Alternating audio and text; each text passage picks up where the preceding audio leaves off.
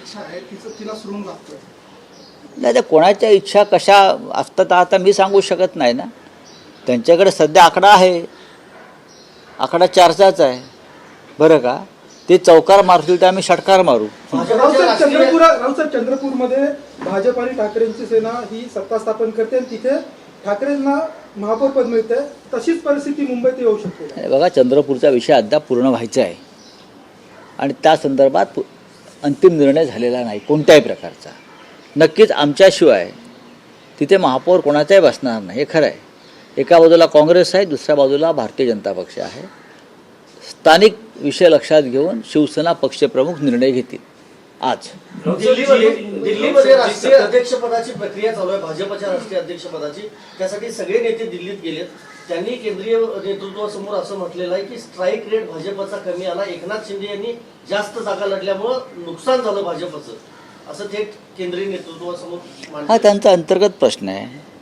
महानगरपालिका निवडणुका संपलेल्या आहेत, निवडणुकांचं एक वर्तुळ पूर्ण झालेलं आहे, लोकसभा ते महानगरपालिका. भविष्यामध्ये एकनाथ शिंदे यांना आपल्याबरोबर ठेवायचं की नाही याच्यावर सुद्धा दिल्लीमध्ये लवकरच चिंतन आणि मंथन सुरू होणार आहे. रावसाहेब जी सतत विरोधी पक्ष मागणी करत आलेला आहे की बॅलेट पेपरवर निवडणुका घ्याव्या. कर्नाटकमध्ये स्थानिक स्वराज्य संस्थांच्या निवडणुका या बॅलेट पेपरवर होता आहे. तेलंगणात झाल्या स्थानिक स्वराज्य संस्थांच्या निवडणुका बॅलेट पेपरवर झाल्या. राज्यातल्या निवडणुका कशा पद्धतीने घ्यायचा हा अधिकार राज्य निवडणूक आयोगाचा असतो आणि तेलंगणामध्ये भारतीय जनता पक्ष 5व्या क्रमांकावर गेला. कर्नाटकामध्ये सुद्धा या निवडणुका बॅलेट पेपरवरती होतील आणि तिथे यापेक्षा वेगळा निकाल लागण्याची शक्यता मला दिसत नाही. कुठे नाही, म्हणजे शाहीमध्ये घोटाळा होता ना. जर मार्कर आणि शाई बदलावी लागली याचा अर्थ तुमच्या शाईमध्ये घोटाळा होता आणि या बनावट शाईनं तुम्हाला काही जागा जिंकून दिल्या. आणखी एक आहे की परवा बाळासाहेब ठाकरेंचं जन्मशताब्दी वर्ष सुरू होत आहे. काही पक्षातर्फे काही कार्यक्रम आहे का? आहे ना, काही घोषणा केली जाणार? बघा, पक्षातर्फे 23 तारखेला बाळासाहेबांच्या शताब्दी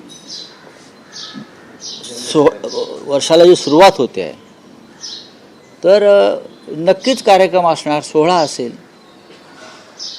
फक्त जागा जी आहे ती आता दुपारपर्यंत बहुधा षण्मुखानंद हॉललाच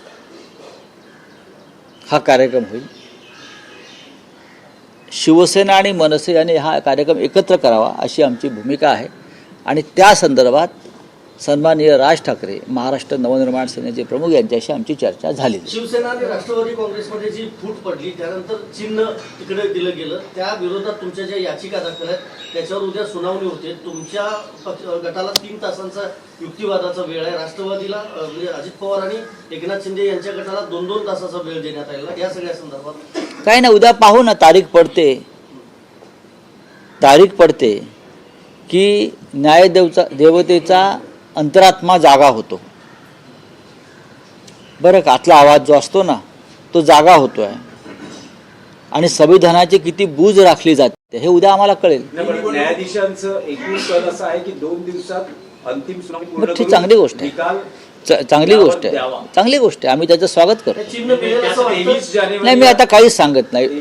आम्हाला खरं म्हणजे आम्ही याचिका दाखल केल्यावरती पहिल्या 2 महिन्यातच चिन्ह मिळायला पाहिजे होतं. अत्यंत बेकायदेशीरपणे एकनाथ शिंदेच्या बेकायदेशीर पक्षाला 4 महत्त्वाच्या निवडणुका चिन्हावर लढू दिल्या. हे संविधान विरोधी आहे. बाळासाहेब ठाकरेंचा पक्ष बरं का कोणातरी ऐऱ्या घराच्या हातात देणं हा महाराष्ट्राचा आणि मराठी माणसाचा अपमान आहे. करू द्या ना, ती एक प्रक्रिया आहे. नाही, बहुधा ते भाजपमध्ये विलीन होणार असतील.